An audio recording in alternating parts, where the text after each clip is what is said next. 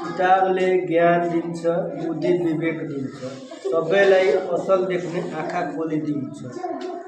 घरको काम गर्दाखेरि सानो हुन्न कोही, मन पराउँछन् सबैले, उसलाई प्रिय हुन्छ उनी। असल ज्ञान जानेका छौँ, प्रहरी बन्नुहुन्न, मान्यजनलाई आदर गर्न पछि पर्नुहुन्न। गाउँघरमा सक्दो सहयोग सबैले गर्नुपर्छ, सहयोगीलाई हामी सबैले प्रोत्साहन गर्नुपर्छ।